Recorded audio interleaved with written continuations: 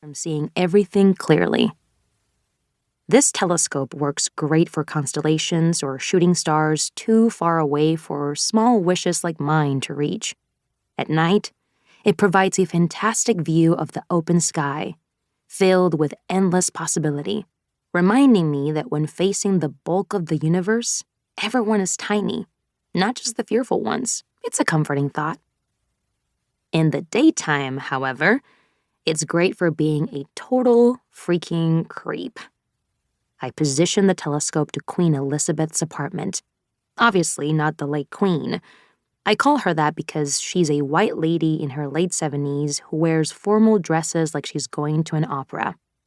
Though whatever sound spins on her record player by the window can only be heard by her and her 2 cats. She lives on the 2nd floor, which is about level with my bedroom window, in the apartment farthest right. The 3rd floor is too high for me to see anything.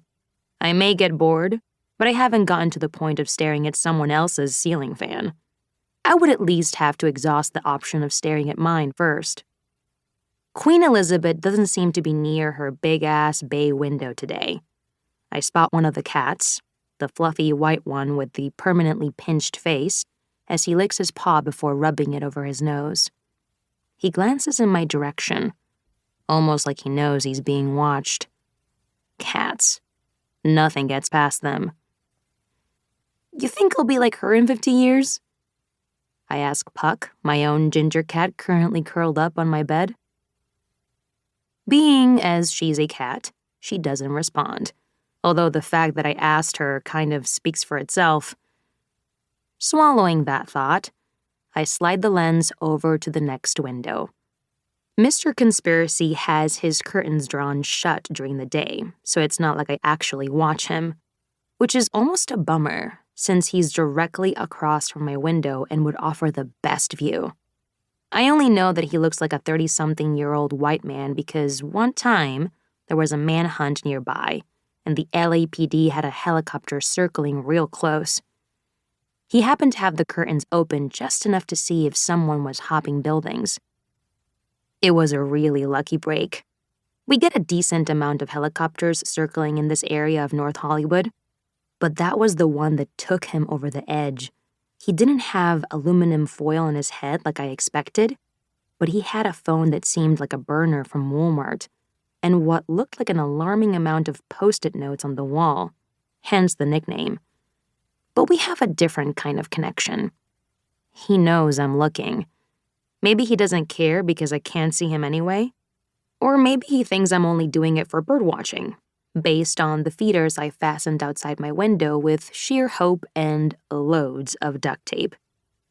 Either way, he's taken to leaving little bird drawings for me on occasion, which is actually kind of sweet. Right now, I can make out the familiar, slightly grayed white paper taped to the very top and center of his window, where he always leaves them. I twist the focus to give the drawing some clarity. With the rosy coloring on the neck and crown and a beautiful blend of emerald and lime on the body, it's unmistakably a male Anna's hummingbird. A smile creeps up on my lips. Mr. Conspiracy may be a weird dude, but he's a great artist. And sadly enough, he might just be one of my closest friends. Sure, I've only seen him once, but there isn't anyone else drawing birds for me. Romeo and Juliet live below Mr. Conspiracy. I don't care about Shakespeare like my mom with her classical theater obsession, but being named after a character from one of his plays is a pain I know too well. Though as far as Shakespearean names go, I kind of got lucky with Bianca. I tried to fight Mom when it came to naming the cat, but she won. She always wins. Romeo and Juliet bring it upon themselves, though. They're all over each other 24/7 with the curtains wide open, like they get off on the idea of someone watching. I try to avoid it. Sure, they aren't bad looking, and I'd be lying if I said Juliet wouldn't have me freezing my sheep self any day. But even creeps have to draw the line somewhere, and mine is at the PG rating. Romeo stands by the window, about to